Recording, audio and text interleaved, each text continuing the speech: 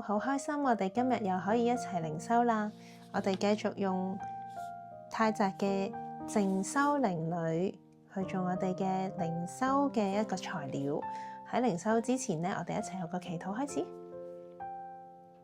親愛天父，多謝你，好多謝你呢，今日又讓到我哋呢有一個美好嘅開始，因為呢，我哋可以嚟到去你嘅身邊，同你去傾偈，可以聽你嘅聲音，亦都咧俾我哋咧可以放低我哋咧好多嘅即係世上邊嘅一啲嘅重擔，又或者一啲嘅憂慮，一啲嘅思想，我哋咧用一個好平安嘅心，一個好期待嘅心去聆聽神你嘅話語，亦都咧用一個好期待、好平安、充滿愛嘅等待咧，去同你去親近。感謝主，以上禱告奉耶穌基督聖名祈求，阿門。今日嘅經文係何西阿書2章14至15節，我會讀呢段經文3次。而喺讀嘅時候呢，你又去留意下，你有冇啲乜嘢嘅字眼、字句或者一啲嘅內容係觸動你？如果有嘅話，你放喺心中，可能神透過呢一個觸動呢，同緊你講嘢。我開始讀啦。後來我必勸導他，領他到曠野，對他說安慰嘅話。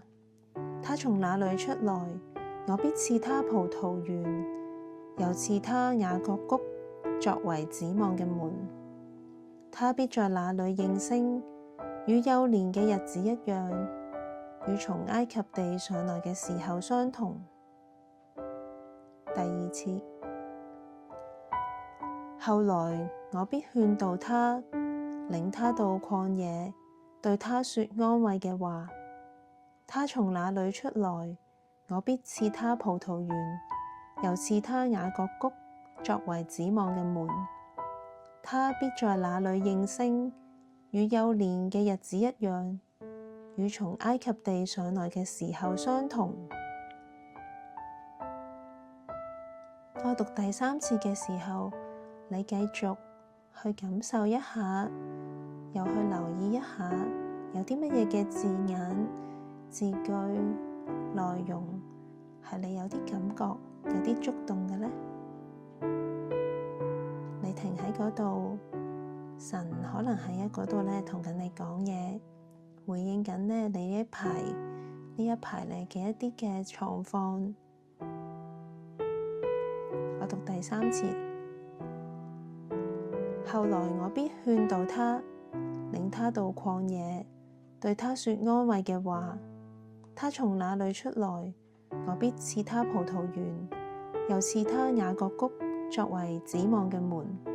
他必在那裡應聲，與幼年嘅日子一樣，與從埃及地上來嘅時候相同。神有冇透過呢一段嘅經文同你去說話呢？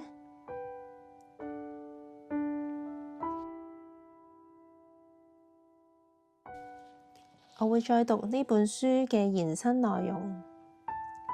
雖然先知何西阿係基督在世前8世紀嘅人，但好少信徒好似佢咁樣明白神所能做的只有愛呢一個道理。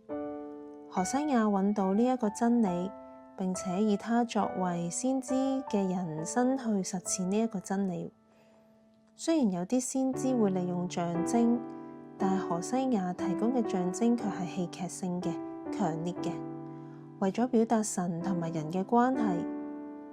何西阿要娶淫婦為妻，並且愛她。何西阿要容忍佢嘅不忠。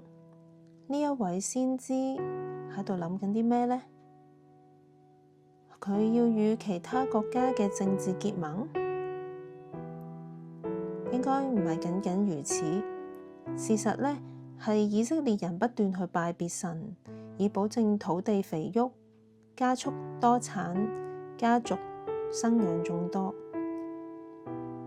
何西阿心中呢都有憤怒嘅喎。呢一個憤怒呢係第2章爆發出嚟，神無法再忍受啦。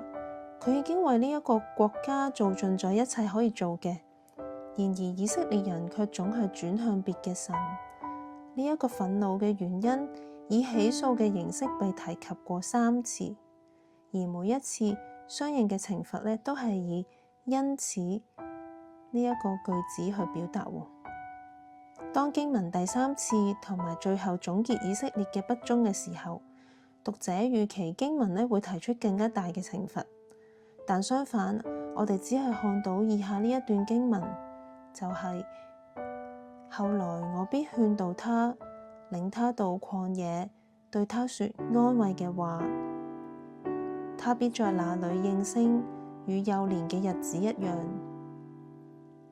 而喺下一章，我哋見到何西亞將佢不忠嘅妻子帶返去，並且按佢原來嘅樣子去愛佢。被福音稱為新郎嘅耶穌，好鍾意引用何西亞嘅說話。喺一個罪人同席嘅飯局上面，由於新郎同席而喜慶，並沒有禁食。當時耶穌引用神藉何西亞書嘅話去證明佢嘅行為係正當嘅。耶穌話：我喜愛憐恤，不喜愛祭祀。佢嚟呢唔係要指控佢嘅子民，喺佢裏面比先知大多了嘅。佢可以畀所有人一種全新嘅愛。又係延伸問題啦。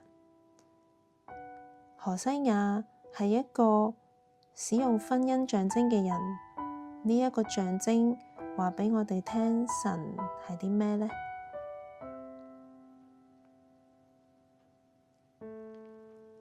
何西亞係一個使用婚姻象徵嘅人。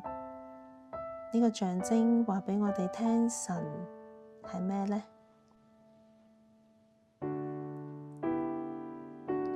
第2題，點解我哋以為何西亞會宣佈懲罰嘅時候，佢卻說出承諾呢？佢明白到關於神嘅乜嘢啊？點解我哋以為何西亞會宣佈懲罰嘅時候，佢卻說出承諾呢？佢明白到關於神嘅乜嘢啊？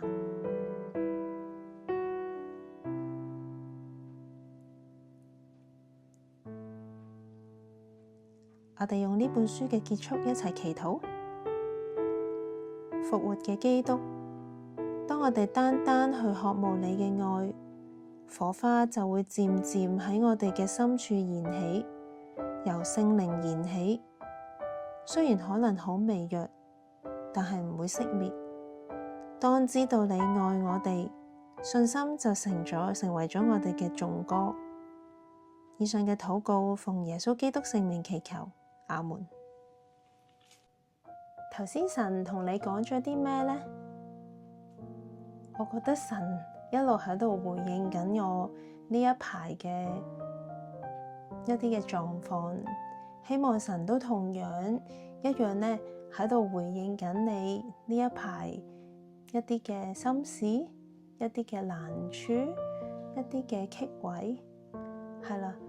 相信呢，神好想我哋呢繼續去親近佢，繼續呢去聽佢嘅聲音，亦都將呢我哋喺生活上面呢嘅大大小小嘅事呢都交俾佢。希望呢今日嘅靈修可以令到神同你有更密切嘅溝通，我哋繼續有之後嘅靈修，係啦，拜拜。